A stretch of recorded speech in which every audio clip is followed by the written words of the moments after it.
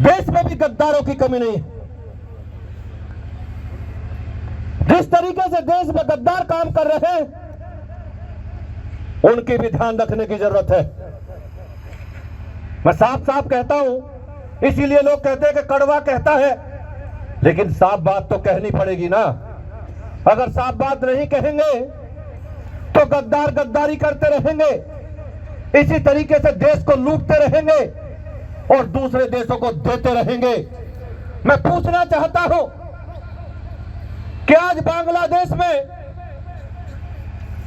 हिंदुओं का कत्लेआम किया जा रहा है, हिंदुओं को चुन चुन कर घर में घुस के कत्ल किया जा रहा है, बहन बेटियों का बलात्कार किया जा रहा है, देश के प्रधानमंत्री को गाली दी जा रही है, नरेंद्र मोदी को गाली दे रहे हैं, भारत के खिलाफ नारेबाजी कर रहे हैं, हिंदुओं को चुन चुनकर उनकी हत्या कर रहे हैं, बहन बेटियों के साथ बलात्कार कर रहे हैं। लेकिन अपने ही देश में बैठे हुए लोग वहां के क्रिकेटरों को खरीदने का काम कर रहे हैं। आपने अभी देखा होगा कि देश में बैठे हुए गद्दार, जिन्हें देश ने यहां तक पहुंचाया, देश के लिए उन्होंने आज तक कुछ किया हो तो बताओ। शाहरुख खान जैसे गद्दार आज वहां के रहमान जैसे क्रिकेटरों को 9.5 करोड़ में खरीदने का काम कर रहे हैं।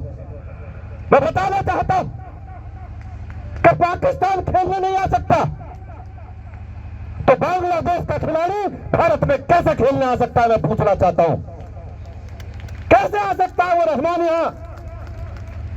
वहां हिंदुओं का कत्लेआम करेंगे और शाहरुख खान जैसे गद्दार देश में उन्हें खरीदकर 9.5 करोड़ रुपया देने का काम करेंगे। ये बिल्कुल नहीं चलेगा और भारत की जनता इसे बिल्कुल बर्दाश्त नहीं करेगी। आप लोगों से कहना चाहता हूं कि अगर रहमान जैसे खिलाड़ी भारत में खेलने आएंगे तो एयरपोर्ट से बाहर कदम नहीं रख पाएंगे, हम दावे के साथ कह रहे हैं। समझना चाहिए शाहरुख खान जैसे गद्दारों को कि जिस तरीके की गद्दारी आप देश के साथ कर रहे हैं, आपको यहां तक अगर आज पहुंचाया तो इस देश के लोगों ने पहुंचाया। आपको अगर पैसा मिलता है तो यहां के देश के लोगों से मिलता है, लेकिन आप उस पैसे से देश के साथ गद्दारी करते हैं। आप कभी पाकिस्तान को चंदा देने की बात करते हैं, कभी रहमान जैसे खिलाड़ियों को खरीदने की बात करते हैं। ये देश में अब नहीं चलेगा, इन गद्दारों की देश में कोई जगह नहीं रहेगी, ये मैं कहना चाहता हूं।